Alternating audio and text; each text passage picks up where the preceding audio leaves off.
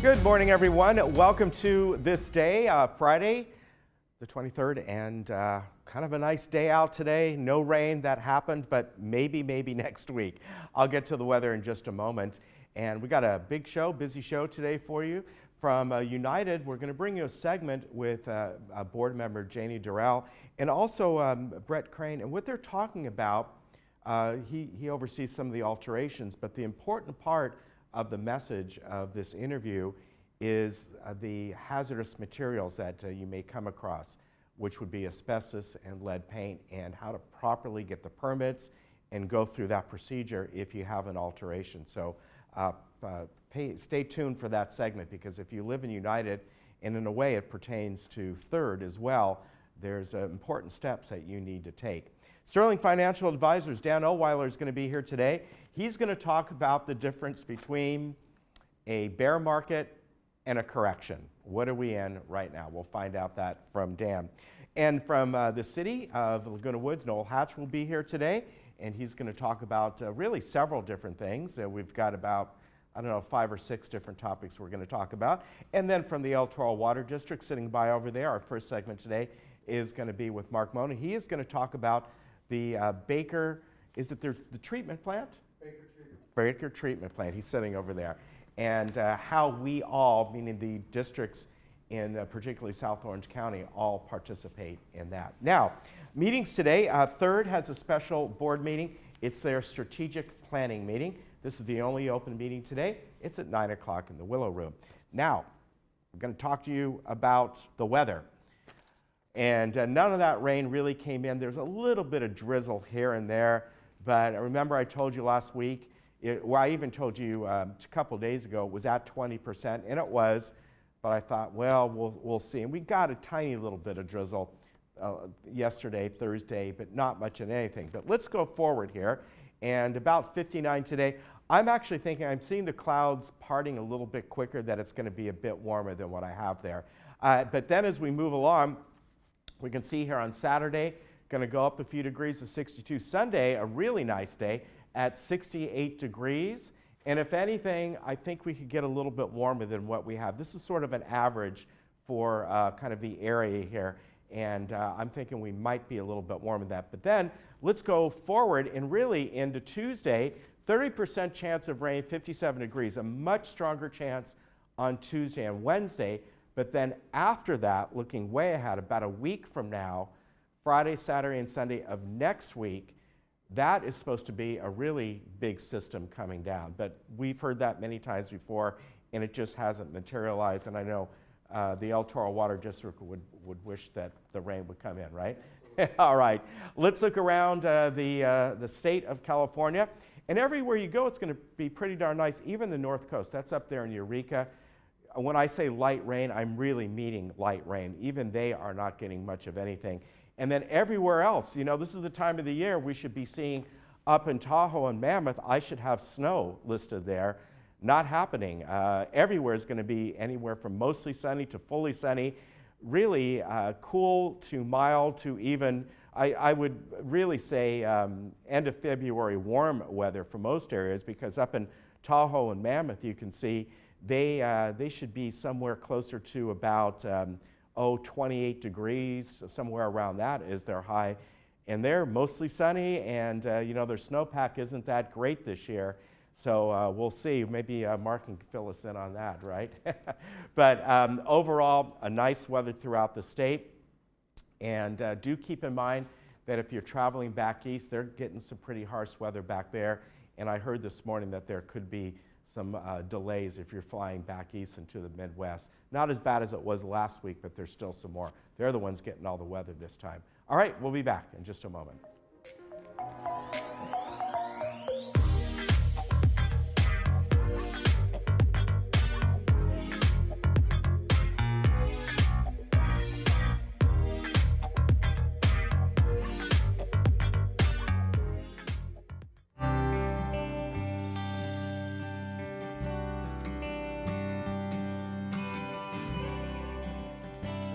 Yeah.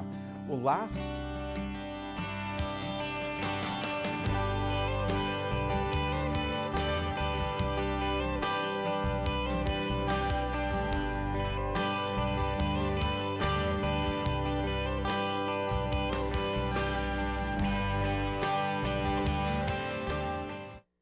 Hello, Laguna Woods. My name is Rick Bradford, and I am the pastor of Saddleback Church of Laguna Woods. I would like to invite you to join your friends and neighbors right here in Clubhouse 5 every Sunday as we worship, as we enjoy a free breakfast, and as we learn from our pastor, Rick Warren, the author of the best-selling book, The Purpose-Driven Life. Please be assured that you will be warmly welcomed at either our 9 or 11 a.m. service. I look forward to meeting you personally.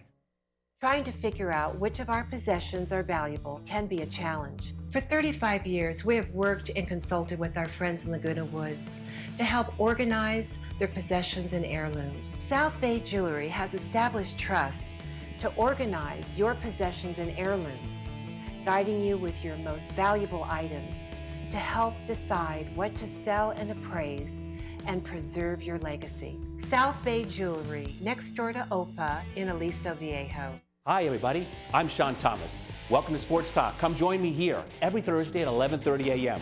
for sports highlights, tournament news, and interviews for Laguna Woods residents and around the world. Hey, maybe even Broadway. It's a beautiful day for a ball game. Put it on your calendar. Thursday mornings, a great way to start your day with me and the Sports Talk way. Or even a triple's okay. I'll see you then.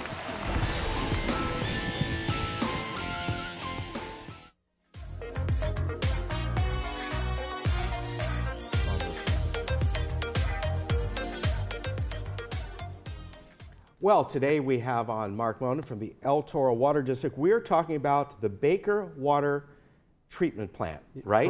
Correct. And, you know, within the systems of all the different water districts, you have the recycling area, you have the treatment plants, and so many other things as well. But the Baker is something that is very, very integral, isn't it? Yeah, and I really enjoyed, we've talked about this Yeah. before, Ken, where working with your neighboring water agencies works well.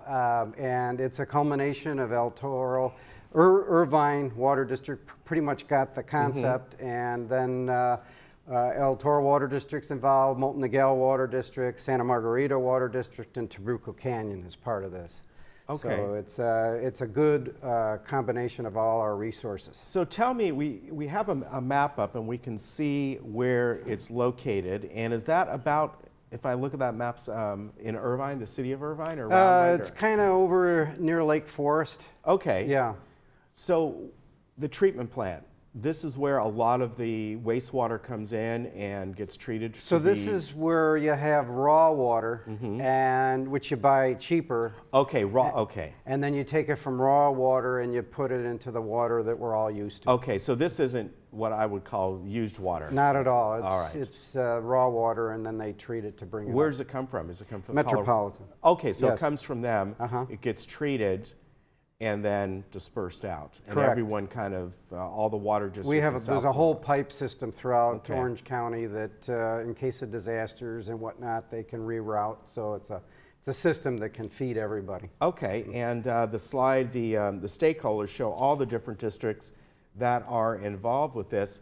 And how does this work? Do they all pay into it or Yeah. all co-own it? Like the total cost of it was 106 million for everybody, and our contribution was 12.5 million. Okay. So everybody, based on the amount of water that they want to buy, they, you know, that's their capital expenditure for Okay. participation in the Baker plant. Is that per year or for the? No, that was the initially. Okay. Yeah. Well, that's that's not too bad.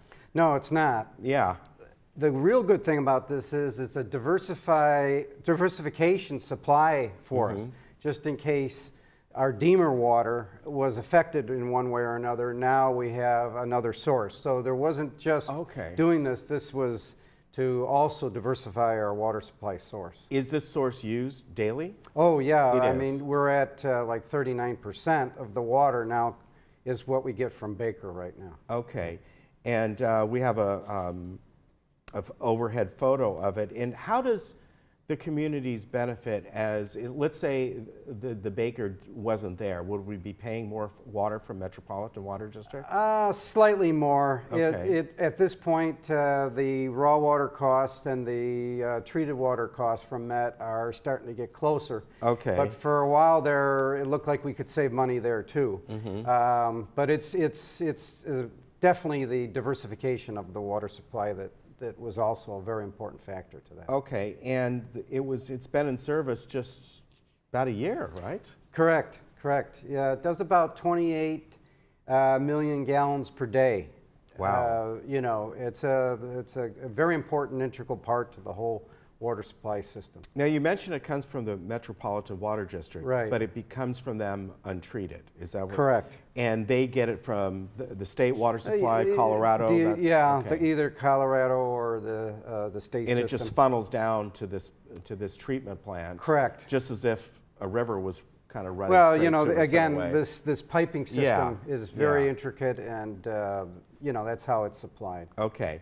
And the full capacity, as you said, is 28 million gallons Per day. per day Yeah. that it's pumping out. Wow. And it uses really state-of-the-art membrane technology and also ultraviolet disinfection technology. So it's state-of-the-art, you know, in bringing things up to the code. The state Yeah, I code. see that. You have pictures of the interior here, and the membrane treatment.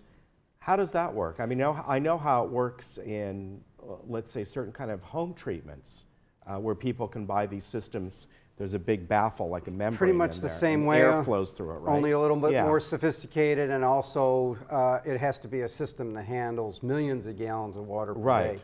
So it's kind of a nanotechnology type technology, and the filters and the water flows through the membrane, and it's really very technologically advanced in getting out the things that we don't want in there. Right, Yeah. and I understand there's all kinds of things that could be in there. In fact, I don't know if it's true in this area, but I know in other areas you could even have radon in there. Yeah, it And- hasn't been a situation in our area. Yeah, but the air will filter through there and kind of percolate in a way and help get all whatever is in there out.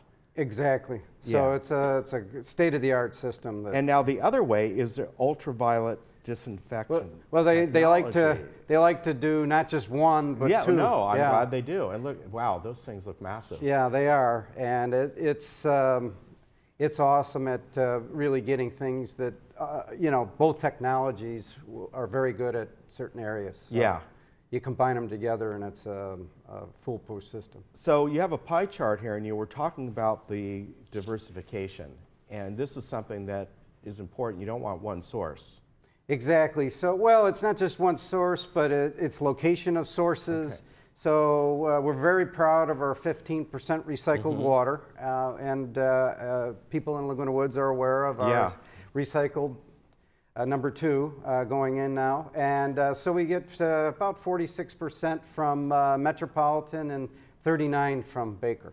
Okay, Water but you did say that the water in Baker does come from Metropolitan, though, Yeah, right? yeah. But it's at a different cost because they're Yeah, not treating it? it's raw water. It's not, doesn't have to go through the Deemer plant. Okay. And it comes right to us, and then they do the same thing the Deemer plant does at Baker. Okay, so that's why it's a little bit less, because It's a little bit less, we, yeah. meaning these districts, are doing Right. the work. And the hope was to buy it a lot less, treat it, and then it'd be cheaper. So, but that was one of the other benefits that they were Okay, looking this for. shows you how much water that's purchased the El Toro Water District.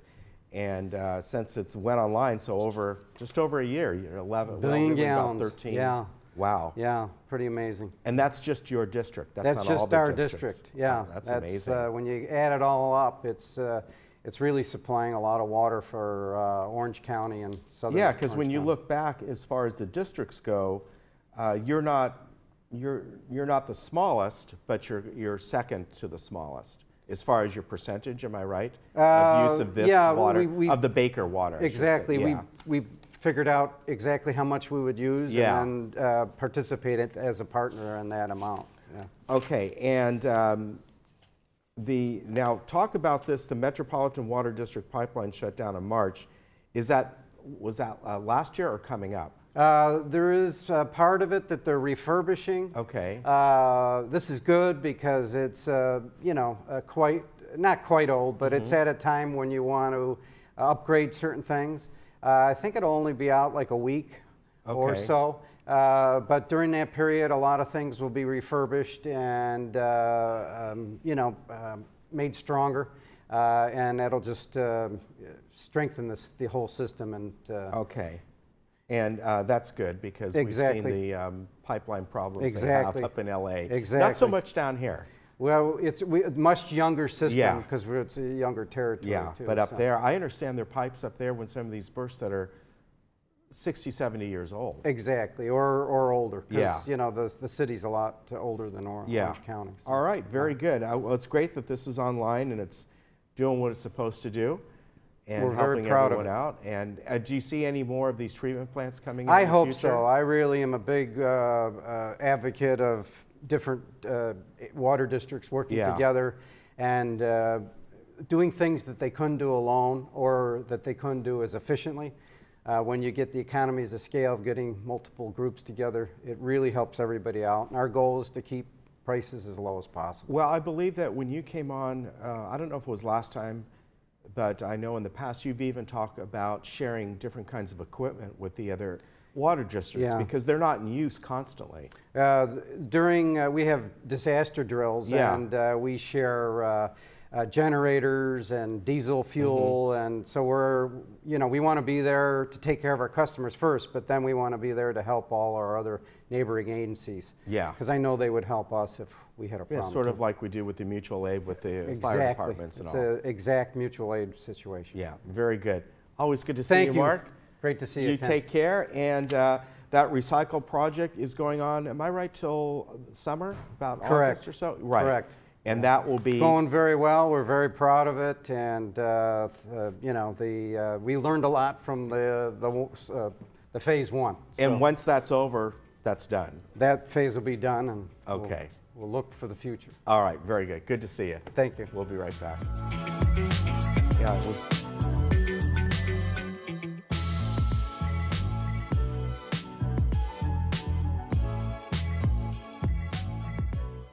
The recently completed El Toro Water District Recycled Water Expansion Project has now delivered over 1 billion gallons of recycled water. The district is preparing to construct a second phase of the project that will install over 28,000 feet of new recycled water pipelines in the Gate 9 and Gates 5 and 6 areas of Laguna Woods Village. The pipeline construction will begin in early November and should be complete by June of next year. The district sincerely appreciates your patience as we enhance the water supply resources in the Laguna Woods area. When you travel with AAA, you get more than a vacation. You get exclusive AAA member benefits, special offers on unforgettable experiences, and the travel planning knowledge of your own AAA travel agent. When you travel with AAA, you get the vacation of your dreams. To save on a pleasant holidays vacation, visit your local AAA travel agent today.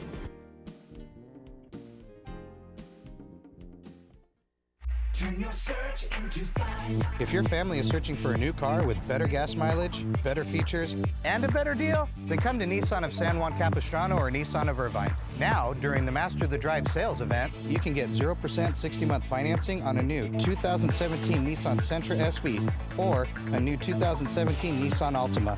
Plus, get $500 Nissan cash. Turn your family search into find at southocnissan.com. My father was a quiet man, and honesty was premier. Prior to his passing, it was emotional. The folks at O'Connor made it easier. They just went over and above and helped me get through this. If you have to go through this process, stop by O'Connor. You will not be disappointed. At O'Connor Mortuary, our commitment is to serve our community with care and compassion. I'm a strong believer that there's something for everyone out there. But some people never stop searching. I've looked long and hard through these parts, and I thank my lucky stars I stumbled across a special place, a unique place, where you never know what you'll find. The Trading Post, only on Channel 6.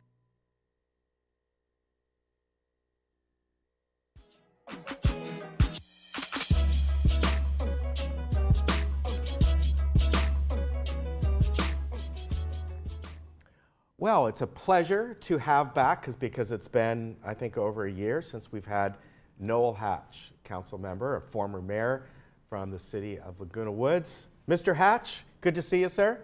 Ken, it's always a pleasure to be Yeah, back. Yeah, it's been some time. I'm glad you're here. and you haven't aged at all in the last Well, neither year. have you. That's true. Yes, we're both taking care of ourselves, aren't All we, right. as best we can. You're going to talk about several different subjects here, but first, people may not know that you sit on the board of directors with the Orange County Fire Authority. Am I right? You're right. And there's, I think, what every city that participates with the OCFA has a member on the board. Am I right about that? Yeah, there are 23 Yeah. cities, and then the county has 2 representatives. Right. So there are 25 members on the board. And you've been doing that for quite a while.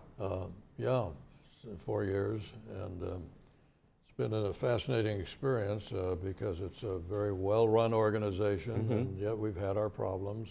As you said, the chief was replaced with an interim chief about 3.5 years ago, and then that Chief Bowman, resigned, and so we had an acting chief. And last night, the board met and interviewed 2 finalists for the job of fire chief of a $350 million Wow. operation, and 2 very highly qualified individuals. And so in about a month, we'll find out if an offer is accepted and if we have a new fire chief. Very good. All right. Well, we'll find out more about that when that happens, their Yes. background and Yeah. all that. Very good. So that was exciting. Yeah. All right. We are going to talk about, first of all, something that pertains certainly to this community, the senior mobility program that the city is doing.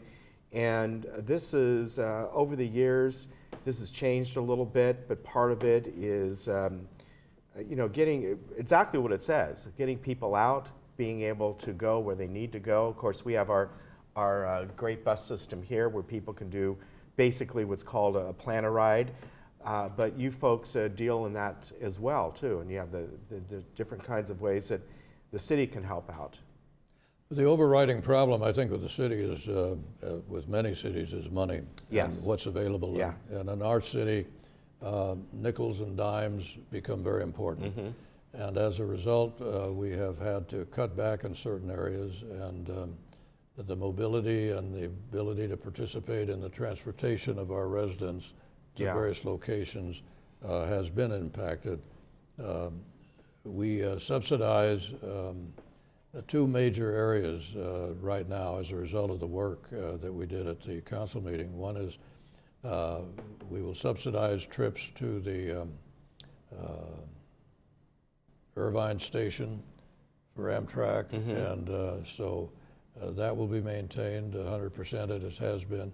And then we have the non-medical emergency travel for, we have the emergency because of the care system, but the ambulance. But for non-medical emergencies, we will continue to subsidize that, and the usage has gone up tremendously in the last, in the number of miles.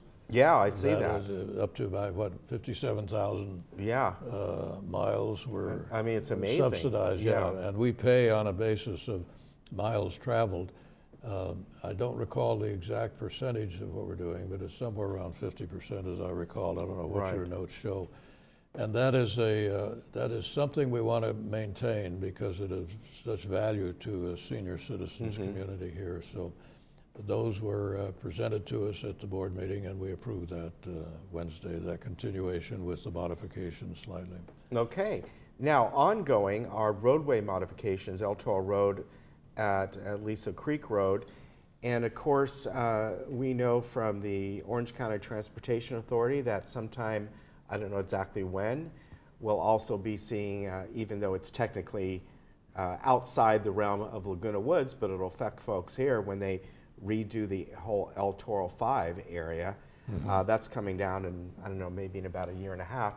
But right now we're talking about the El Toro Road at Aliso Creek Road, some modifications. Yeah, when I was mayor, the city of Aliso Viejo approached us and said, look, we need an extra right turn lane at the intersection of El Toro and Aliso Creek because it backs up, traffic backs up during the evening hours.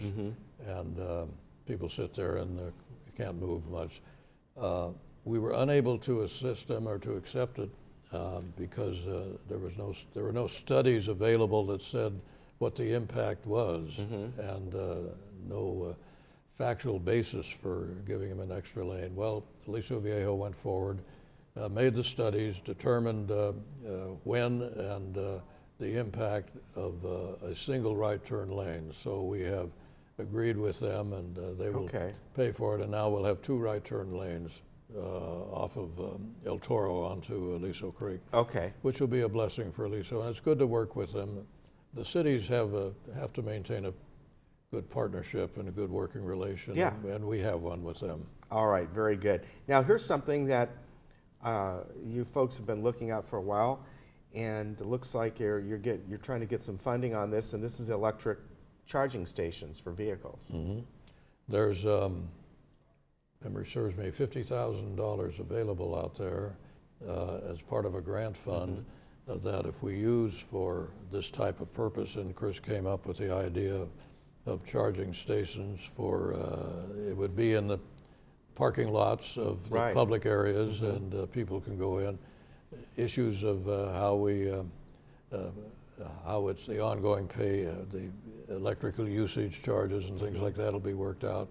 But we've applied for the $50,000 grant. Okay, and then as you said, this will be looked at as far as what people will pay, or that sort of thing. How that'll work. We're not going to finance it. But more and more, you know, whether golf carts. I know we have the charging here, and we plug in our golf carts in the. But that's going to become even more popular, I think, as gas goes up and all. Well, you know, not only that, we are now seeing a lot of these electric vehicles that are, you know, even Tesla, coming down in price, you know, getting more in that 30,000, 40,000 range, and that becomes more accessible to a lot of people. And in many cases, these cars are leased, so the prices per month are even less, and more people are going to be getting these. Yeah. What about you? You're going to get one? You're going to get an electric vehicle? No. No. Okay. I would like to get one. That would be nice. A lot of people I've talked to, they really love them. Yeah. And we're coming, I think, to a point where the hybrids maybe will become an antique and be all electric. Interesting. Yeah, I think so too. So you're putting back a meeting that was canceled, and now it's back on. We want to remind people that your next city council meeting is coming up on March 21st, and I guess it was canceled, but now it's back on. Yeah, we're starting into the budgetary process as well. Okay. Yeah, and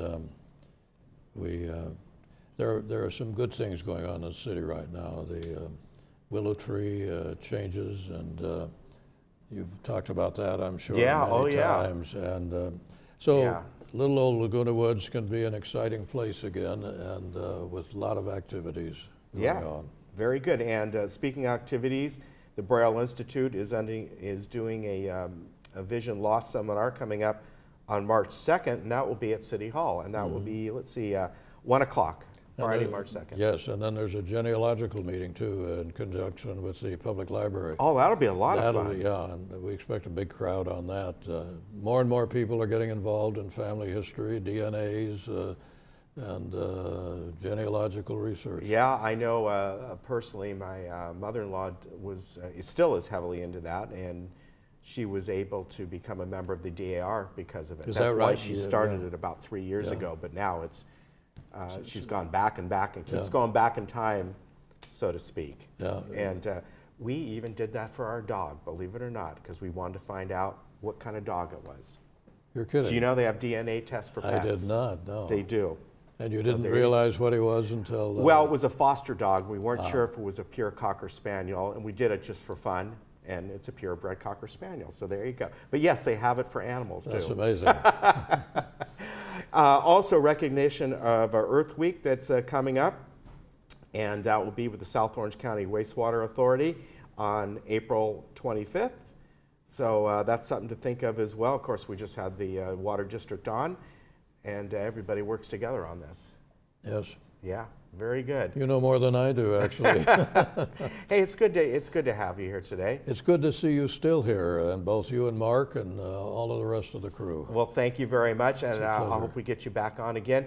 And let us know when the Orange County Fire Authority, we get in touch with them with their PIO person, but maybe we'll be able to in the future get the new chief on. That would be great. That would be a wonderful thing. I think your listeners and viewers will love to talk to him. That would be fun. Good man. Ken? Sir, always a pleasure. You Good take to care. talk to you. And we'll be right back.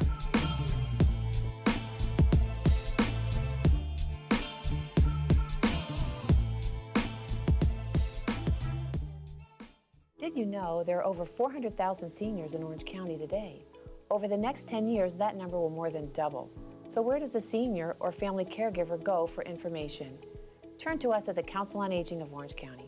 We can help you navigate the aging experience, understand Medicare, and know where to turn when a crisis occurs. As a local nonprofit since 1973, we serve 275,000 seniors every year. The Council on Aging, helping seniors remain healthy, connected, and protected. You've trusted the doctors at Harvard Eye Associates with your eyes for the last 4 decades. Now it's time to trust us with your face. Our board-certified surgeons and aesthetic nurse offer the latest in facial aesthetic treatments, such as Botox, dermal fillers, laser skin rejuvenation, eyelid surgery, and face and neck lift surgery. Call us today to schedule your complimentary cosmetic consultation. 949-951-2020. Ask about our limited time savings on Botox and dermal fillers. Hi, we're the Whites. I'm Susie. And I'm Richard. We're sure the amount of Medicare material you get in the mail is overwhelming. We've seen those dining room tables. No wonder it's confusing. As Medicare brokers, we just don't offer one plan. We can do analysis of the various plans available in one meeting. Remember, your needs are different than that of your neighbors. Don't pick a plan based on your neighbor's circumstances. We're here all year long and look forward to helping you. It's your retirement. How will you live it? How will you be remembered? Will you be able to take me on vacation? Will you be there for my ball games? Will you teach me your values? Will you be able to play with me? Oh, help me go to college. How will I remember you? Have the retirement you dream about. Contact us today. Now lately things been kinda crazy. Well, are we in a bear market? Are we in a correction? Dan O'Weiler is here to Or a help. bull market. Or a bull market. Dan O'Weiler is here from Sterling Financial to kind of, well, if anything, tell us the difference between those different kinds of markets. Well, you know, we had that little blip 2 or 3 weeks ago, Yeah. and the beginning of February, where the market actually went down 10% in a day, or not in a day, but over a period of a week or so, and people got real nervous about that, and so I thought it'd be good just to kind of define what a correction is versus a bear market. Yeah, I think that would be good. So there are specific definitions of them. Well, loose definitions. Loose definition. I guess if you went to Wall Street, a bear market they consider when the market drops 20% and it lasts longer than 60 days, so 2 months. Okay, and what? By the way, I just got a couple things here. This is I put up so we could both see. I got this morning. Sure. This is over 3 months. I have one over the last 12 months. So in February, that's where we had a drop significantly, and I think it went down 10% during that point. You know, we were about 26,000 on the Dow Jones, and it dropped down to about 24. And it's come back. You can see it's gone back up. It's come back up. We're Yeah. about 25,000 right now, and so it's come back and recovered a little bit. So they would consider that a correction. Okay. All right. So it didn't last longer than 60 days, and it only went down about 10 points. Right. So and this is 12 months. So look at here. Yeah, exactly.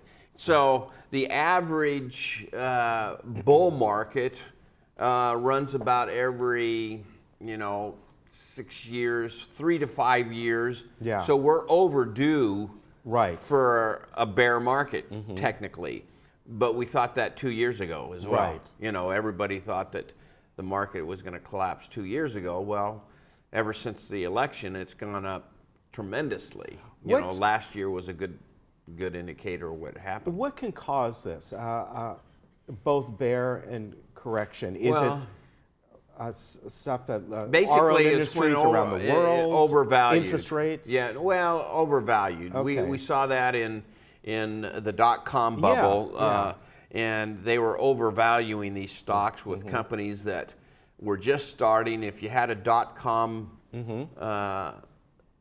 name, you know, they valued this company, overvalued it, and when they hadn't even made any money or profits. Yeah. And so that needed to weed out the companies that really weren't worth anything. Now you have Amazon and some of the Google and some of the other .coms that are part of our society today, and so they were viable companies that actually made money.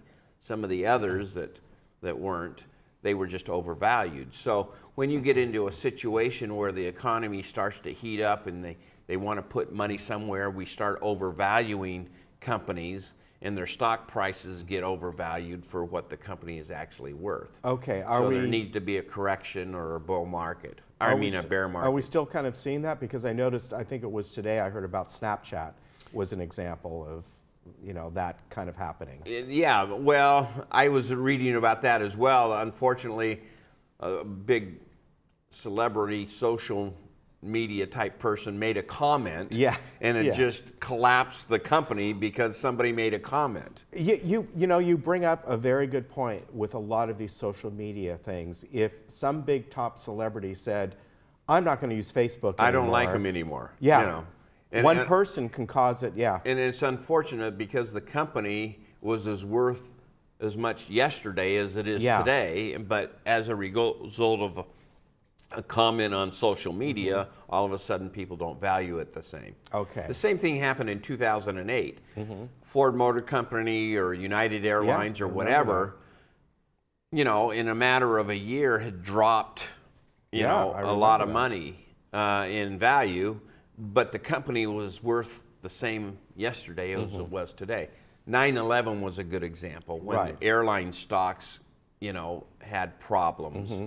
It wasn't because their company was worth anything less. It was just a perception of, you know, using airlines to go into, you know, and people wouldn't be flying as much, so to speak. So a lot of it has to do with perception. Yeah. So we're overdue for a correction or even a bear market that's going to be happening. The average drop in a bear market has been about 35%. Wow. So the largest drop was in 1929 in the Great Depression. It was about 62%. Yeah. So the average bear market drops about 35% and lasts for about 10 months. Okay. Goes for about 10 months.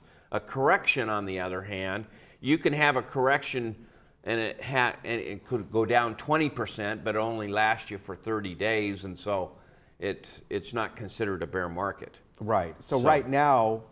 Right now, it was just a correction in February. That's what it seems to be. And we've come back up. So, you know, the bear market that's kind of been overdue for a long time, you know, it hasn't happened yet, but at some point, if interest rates start coming back up, that's going to have a big impact because perception-wise, rising interest rates doesn't help business. Right, and as you've mentioned several times before, that rising interest rates affects our economy because it's what the country, the states, and all that, they're borrowing money themselves. Well, on the other hand, those people that are savers want to see higher interest rates. Yeah. They're cheering to say, hey, what happened to the 6 and 7% CDs we used to get, you know?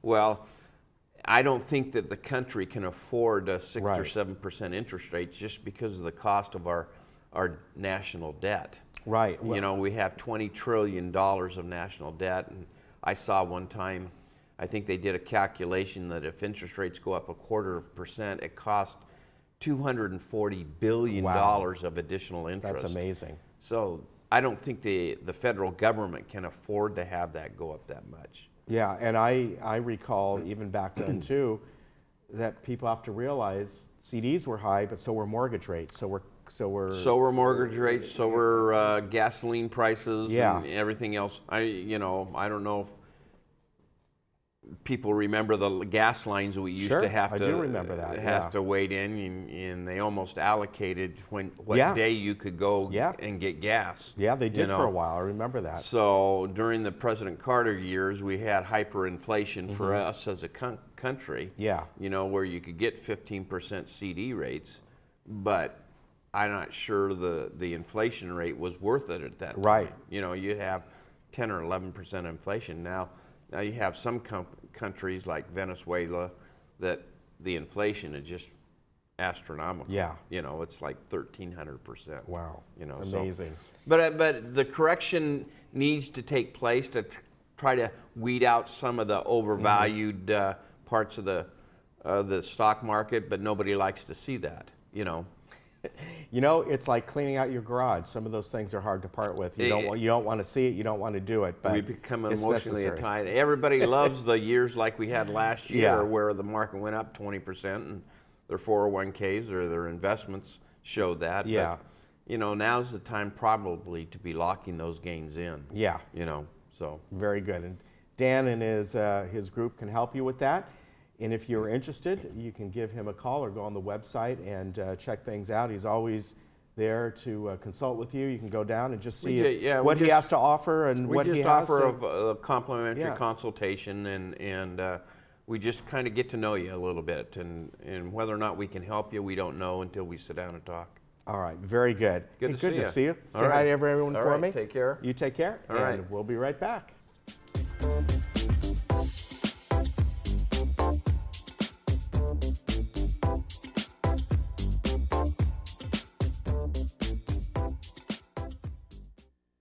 I started Sterling Financial under the premise that there was a need for integrity in this industry as well as quality service. There's such volatility in the stock market. One day it could be up 100 points, the next day it could be down 500 points. Well, what we like to do is be able to have people go to bed and wake up the next morning knowing that their money is safe and secure. That's what we try to do here at Sterling Financial Advisors, is to create peace of mind and quality of life in retirement.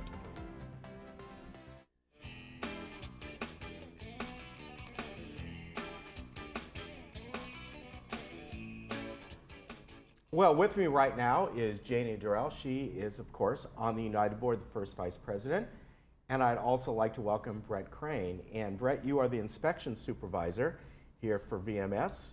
Welcome. Thank you. Janie, what we're talking about today is something that it's along the line of alterations, but when we're talking about this subject, hazardous material, asbestos, and lead, we have older buildings here. This is something that goes beyond just maybe, well, you should have gotten a permit for that. This is something that really has a lot of ramifications about it to be done the right way, right? Correct, and we want to let our members be aware, along with the contractors, that is required on certain type of alterations that you must have an inspection of the particular items as lead-based paint and asbestos in your units. Brett, when should someone do this?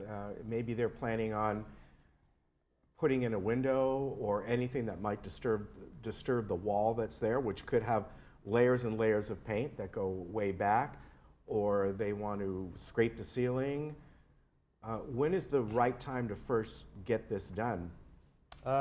We recommend that any resident that is considering any type of alteration in their manor to come and speak with an inspector right away.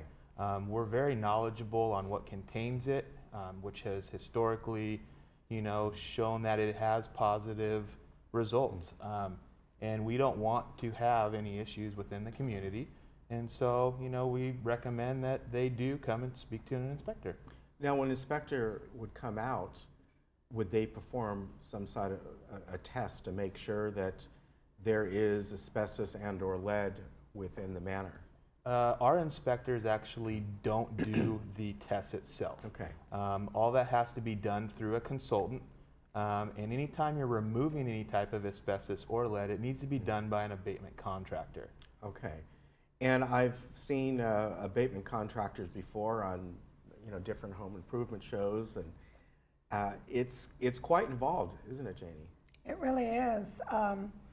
When you start thinking about a demolition and redoing your walls or floating your ceiling to cover up what they call cottage cheese, it really is necessary. And if you are removing a certain amount, a percentage of your drywall, then it is required that you have, it tested along with the abatement people being involved. And Brett, this isn't just the regulations here. This is state regulations, and it could be, I think it might be federal regulations in some aspects, That right? is correct. So you have Cal OSHA, which is our state regulation, and you have AQMD, which is Air Quality Management District. And they actually have their own sector in Southern Orange County or South County that focuses just on that. And they do represent both federal and OSHA is state.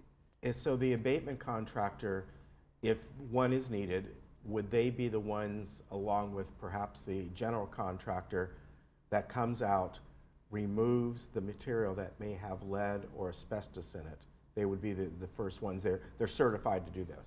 Correct. So an abatement contractor will be able to provide AQMD, Cal OSHA with the correct documentation that's required in order to remove that. So there's a certain time that needs to go by as a notification to make them aware that they're going to be doing the removal. There's a process when they're actually doing the removal, how it's put in bags and disposed of, and there's a chain of custody. So there is a lot of stuff that goes along with it, but that's their profession. So Janie, someone who is thinking about making an alteration to their manor, we've talked about this before. You've got to first come in, talk to the right people, get a permit for it. It doesn't matter where it is, because you want to find out if this is an alteration, if it's a variance, is it a standard alteration, no matter if it involves lead or asbestos. You've got to do that first, right? That's Windows 7, yes, that's correct. I wanted to add a little bit on, once you have the testing, during the testing period, samples are taken, sent to a lab. So it takes a few days to get the result back from the lab to the contractor that is called for that particular test. So that way, if it finds out that there's no hazard there, then they don't need to get the abatement person out to remove this. They can go right and just continue on with alteration. Yeah. Obviously, one of the big issues here is disposal of this. And what you certainly don't want is somebody going in, a regular contractor, so to speak, versus abatement contractor, that does some sort of alteration, and this isn't done first, and then throws the material in the dumpster, which they shouldn't be doing anyway. They should have their own contracting dumpster, right? Correct. And it's very important for if any members or residents do see maybe something that has been removed out of a unit that has actually been thrown in a mutual dumpster, to notify security, notify resident services, and make us aware of that so we can go out and take a look at what we're working with. Okay. Janie, should somebody come out, an inspector come out before the alteration, let's say the folks have come in, they've got the required paper, whatever needs to be done, is it always a good idea, and is it the practice, Brett, that your office does, where you will always inspect to see if there's a possibility of lead or asbestos in the manors, or do you look at how far back those manors go, as far as they were the original ones, were they built 10 years later? How do you determine that? Basically, as we're not licensed consultants or a licensed abatement contractor, we can't determine that. So it's our responsibility to make sure and look out for our residents and members. So we look at it like everything is hot until we have actual samples taken that prove that they are not. Some people think because the law was passed around 1975 that if the unit was built, let's say in 1976, that they don't have a hot unit. Well, the law provided that the manufacturing that did, let's say, manufacture certain products with asbestos, they were able to go ahead and sell that product until they ran out. So you may have units that may have been built after 1975 that still may have the asbestos within the unit. Okay, what about the cost for the abatement contractor? Is that on the person who lives in the manor, the owner? That's correct. So normally what happens is if a member is proposing to do an alteration, they're going to get a bid from their contractor. Okay. Sometimes their contractor will have that abatement cost worked Okay. into their estimate, or it could be something that would be within their contract, that it would be their responsibility to hire an abatement contractor, but the resident is still responsible for that removal. Okay, do you have any estimate what it normally costs? I paid around $350 for my test. Okay. The other thing that people don't realize when you get into lead-based paint isn't as prevalent, but if you are doing a bathroom remodel and you disturb the tile, what do you want to call it? The mastic underneath? No, it's actually the glaze on the tile is Okay. very high in lead. Oh, wow, I didn't realize that. Yes, yeah. So So that's when you have to have the abatement Yeah. people come in their little white suits and remove all of that. So it's not just the paint, there's other things that can have right. that. It's like on your floor tile. The floor tile, original tile, does not have asbestos, but the glue does, and that's very toxic. Okay. Now, how long was the process for you? About 3 days before you got the test results? 3 to 4 or 5 days, I don't quite remember, but it takes a little while because you have to send it. Once the fellow that comes out from the company, he goes ahead and he then takes that specimen to the lab, and Okay. it takes a little while to get that And result. in your case, did you have a hot unit, so to speak? No. Oh, I that's did not good. have, except I did remove my bathroom tile. So Okay. yes, we had to have it come out along with, they removed the back drywall that is waterproof. There's a name for that and I don't recall it. So they removed the tile and the back drywall, which is the waterproof drywall. They Okay. removed both of that. So you got to go through the right process and get it done properly. Again, it's not just a rule that is within United, it is Federal. state and federal.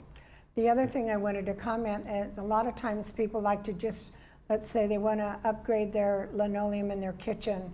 Well, that's okay to do, but the problem is if you break that tile, the original tile, it's got the asbestos glue on the back. And once you break that tile, then you have a problem with the asbestos. All right, so do things in the right order, the right way, because this isn't just about getting your alteration done. It is something that could turn out to be quite hazardous and needs to be disposed of correctly by certified people so it doesn't harm anyone, right? Have you, Brett, do you have an estimate of maybe the percentage of the units that may have asbestos or lead, or is that kind of hard to determine? It's hard to determine an actual percentage. We treat everything, as I said, as it's a hot until we know for sure that it's been tested by someone to actually verify that it doesn't contain it. Okay. Al, let me ask you, even though you are in United, what about the other manors in Third? Where are they under the same provisions? That is correct. Both United and Third go under the same provision for asbestos. Okay, very good.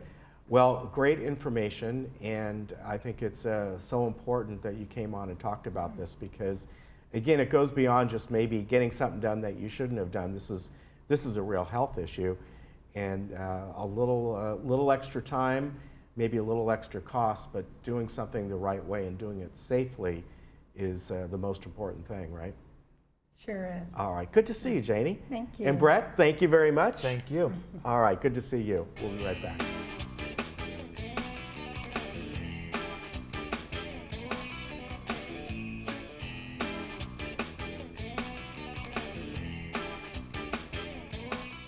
At El Toro Pharmacy, your health needs and your quality of life is our top priority. We can be trusted with all your prescription needs, delivered free to your doorstep. Call us to have your prescription transferred. We will take care of everything. No hassle to you. We are a full-service pharmacy carrying all your over-the-counter medicines at competitive prices. And we offer complete diabetic care and your immunization requirements too. Under new management, come visit us in Moulton Plaza.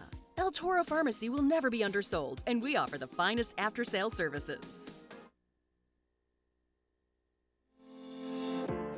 Managing your own medication can be stressful. For decades, we have watched you stand in line at your local pharmacy and battle with insurance companies, all to be left with the difficult task of organizing, managing, and remembering to take your medication. AmeriPharma offers a new way of simplifying the lives of you and your loved ones. Introducing AmeriPharma MedBox. How does it work? Submit your prescriptions and insurance information online. Get your medications delivered to your door. That's it. Medications won't come in bottles. You'll receive your pre-sorted med box that easily allows you to tear and take the required medication regimen at the plainly printed date and time. Never miss a dose or worry about whether you've taken it. AmeriPharma MedBox is so simple, and now my mom can manage her medication all on her own, and that gives me peace of mind. Don't worry about refills or haggling with insurance companies again. Our specialists do that for you. If you've got questions, we're here. An urgent prescription? Get it right away. In previous years, I didn't require any prescriptions, but now I have to take about 7 or 8 due to various conditions. It's a management problem. My nurse told me about AmeriPharma's MedBox. I switched over. Boy, am I glad I did. It's really easy to use and it's solved all my problems. Much different than what I had to go through opening bottles before. I'm so thankful. It's changed my life. It could change yours. You should try it. We care about one thing and one thing only, your improved quality of life. Making medication simple for you and your loved ones is surely a step in the right direction. We have been trusted by patients, nurses, physicians, assisted living facilities, and the government for over 15 years. We are ready to take the next step with you in reinventing your pharmacy experience. Now we have reduced all of your pharmacy service needs to one simple box. AmeriPharma MedBox, the new standard in medication management.